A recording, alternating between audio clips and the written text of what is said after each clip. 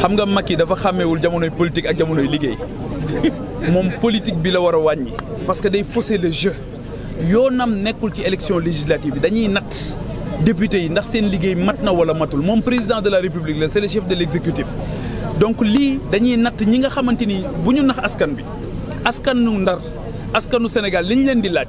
mooy ndax député yi ngeen faloon depuis 30 juillet 2017 ndax ñooñu taxawal nañ wala taxawuñ lu leen ndax ñoom saagante ak xastante ak dóorante lañ nekk assemblée nationale wala ndax dégg ngeen ñu liggéeyal leen waa Ndar xam nañ ne député Ndar liggéeyu luñ leen waa Sénégal it xam nañ ne législature bi ñi fi jàll am na ay benn yu liggéeyal Sénégal waaye lu ëpp ca ñoom liggéeyu luñ Sénégal lañ fa nekkee woon man maay député diw kenn ñaxtul ndaw ñi nga xamante ni aujourd'hui seen yaakaar dafa tas jigéen ñi nga xamante ni li ma benn soxna ne benn jigéen lalam froissetul ndax amatuñu jàmm léegi sa doom bu jàngee du am diplôme wala bu amee diplôme du am liggéey mais loolu kenn déggul assemblée nationale kan moo dégg assemblée nationale wax ci wàllu napp gi ci wàllu mbay mi ci wàllu càmm gi ci wàllu numérique ci wàllu innovation technologique ci wàllu entrepreneuriat déglu nañ leen ci ba ci njàng mi déglu nañ leen ba sonn dégguñu leen ci mais kon wax dëgg yàlla bu ñu tollee fii nga xamante ni dañoo war a tànnaat yeesal su boobaa président de la république li ñu koy wax mooy mu toog gérer yeneen dossiers yu gën a am solo yooyu te bàyyi sénégalais yi tànn ñii nga xamante ni dañ leen yóbbu assemblée nationale ñu yeesalaat ndax dañuy yeesalaat seen kóolute ci ñoom wala ndax dañuy tànn ñeneen ñoo xamante ni dañu mel ni la coalition les serviteurs impairs te tey jii jàpp nañ ne le choix c'est le choix le plus facile au monde mooy que ne ñi fa nekkoon moom duñ delluwaat waaye ñu bees ñii nga xam dañu jóg taxaw bëgg seen réew ñooñu moom seen yoon leer na ndax wan nañ leen seen yéene sénégalais yi wan nañ ñu déjà yéene bi ci parrainage mooy jox nañ ñu caution morale nañu dañoo bëgg ngeen dem yéene boobu nag le 31 juillet 2022 dañ koy eggale 1er août ñu tàmbali liggéey bu neex suñu borom. xam nga assemblée nationale bu nekk amoon na njëriñ waaye bii ñu jëm en 2023 dañ faa war a waxtaane loo xamante ni dara ëpp ko solo ci fi ñu jaar yëpp waaye ku ndóbin rey sa maam nag boo gisee lu ñuul daw dañoo amoon or. ñoo ngi ko génne woon maa ngi koy fàttali démb ci benn émission ñoo ngi ko génne woon bi fi Habib Thiam nekkee premier ministre or boobu am na sax leneen lu ci nekk mooy li ñuy wax argent blanc bi maanaam xaalis mooy li ñuy defaree suñu jaaro yi ngay gis xaalis boobu tey fii lañ koy jëlee yóbbu ko ba Suisse extraire ko mu jaar Turquie sunu bijoutier yi sunu tëgg yi dem di ko jënd foofu daanaka kilo bi ñoo ngi koy jënd lu toll ci 539 000 francs fay billet d'avion fay hôtel ba pare fay ko alors que yow matière première bi ci sa dëkk lañ ko jëlee or bi c'est la même chose phosphate bi c'est la même chose zircon bi c'est la même chose fer bi c'est la même chose ciment bi fi ñu koy jëlee c'est la même chose mais ñun mënuñoo gis loolu yëpp nag jaar fi ba pare géej gi aussi c'est la même chose sunu les côtes les plus poissonneuses pendant longtemps dañ ko jaay donc loolu yëpp tamit mënoo ko gis ba pare nga ne léegi sama xel daal dinaa dem tëdd jàpp sama njàmbur pétrole bi ak gaz bi dinañ koo jaarale ci yoon non comme la jaarul woon ci yoon sénégalais yi xamuñu ci dara génnewu leen ci ndóol mais il est évident que tey soxla nañ taxawaay bu mat sëkk ba nga xamante ni lee fa mu jaaroon lii du fa jaar ba nga xamante ni dootuñu jëlati di yóbbu mais dañuy transformer ci suñu réew industrialiser suñu réew parce que loolu rek moo mën a tax ñu créer ay école de formation yu am solo yu jëm ci wàllu or bi yu jëm ci wàllu phosphate bi yu jëm ci wàllu zircon bi yu jëm ci wàllu pétrole bi ak ci gaz bi ba nga xamante ni suñu ndawu Sénégal ku ci génnee Ndar fii warul woon a am kenn koo xam da ngay jël gaal di dem émigration clandestine parce que li leen yàlla defal ci sutura ci xéewal yi mu leen defal mu nekk dëkk boo xam àdduna bi yëpp dañ ñu ko ñëwee dëkk boobu nag mérité wul woon tey jii salté bii nga fi gis fii ñu jaar nii tableau waalo jaar biir Pikine liñ fi gis ci problème mu assainissement te tawagut imaginer léegi bu tawee donc pour man loolu c'est honteux kersa la cela veut dire que ñi ñu tànn muy maire bi nga xamante ni moom la ñu falaat xawmal tax sax ñu falaat ko ak député yi nga xamante ni moom la ñu fal depuis 2017 je pense que ne defuñu seen liggéey te tey Ndar war nañ leen a teg fi ñeneen ñun nag pour sunu diggante ak Ndar cofeel gu ñu am ci moom la booba ba tey xam ne Ndar waa Ndar rek moomuñu ko Sénégal yëpp ko bokk Afrique yëpp ko bokk c'est un bijou boo xamante ni sunu borom moom moo ñu ko defal te ñu dëkk Ndar ñu bañ a dëkk Ndar bés bu ñu demee fépp fu ñuy ñaxtool pour Ndar jëm kanam ñun dinañ compter ci ñun Pape Djibril Fall ak la coalition les serviteurs impairs. Au nom de l'article L61 qui avait interdit à l'opposition de manifester, lui aussi n'étant pas tête de liste, étant chef de l'exécutif, devrait aussi arrêté ces inaugurations qui ont l'allure d'une campagne électorale et véritablement, comme à l'accoutumée, il veut tout simplement fausser le jeu.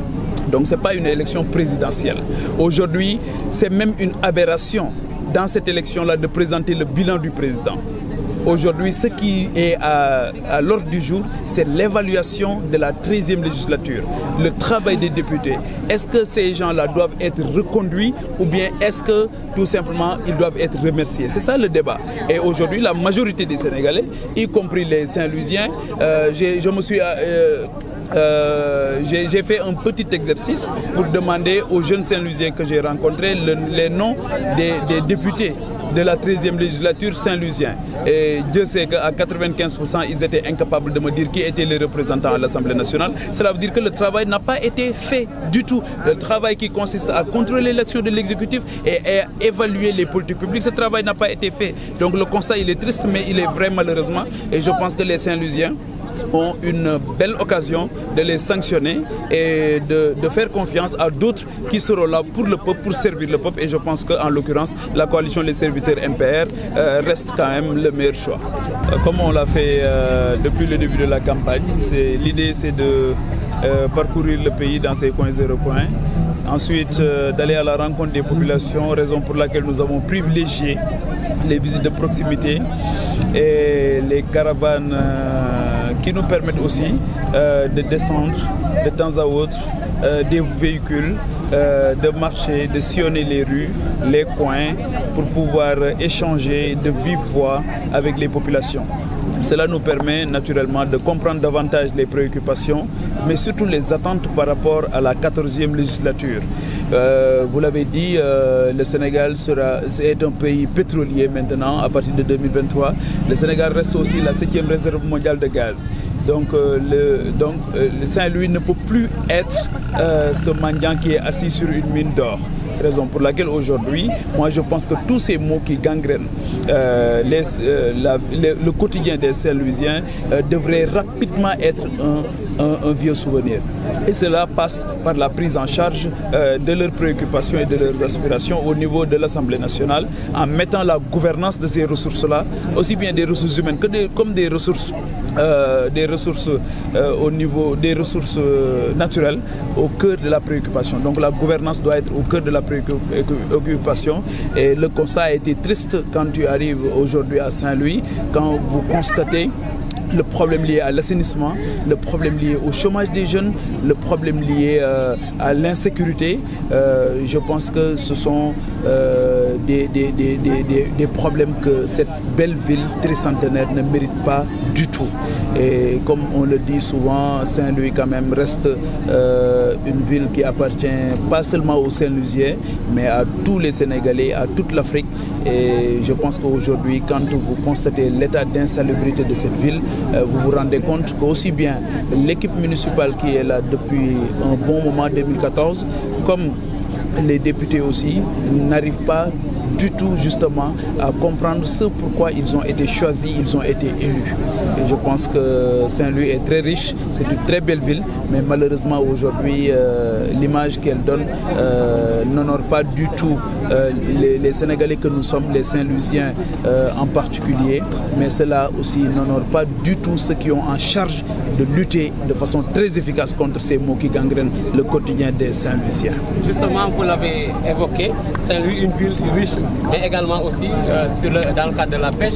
il y a également le phénomène de l'immigration clandestine qui véritablement gangrène le quotidien saint-louisien. Saint-Louis ne devrait pas compter un seul candidat à l'immigration clandestine. Au regard de ses ressources, Saint-Louis ne devrait pas, les Saint-Louisiens ne méritent pas d'avoir leurs enfants qui sont tués aujourd'hui parce que tout simplement ne bénéficiant pas de licence de pêche, de mourir dans les eaux profondes. Je pense que aujourd'hui, quand vous vous rendez dans les quartiers des pêcheurs, vous touchez du doigt les problèmes de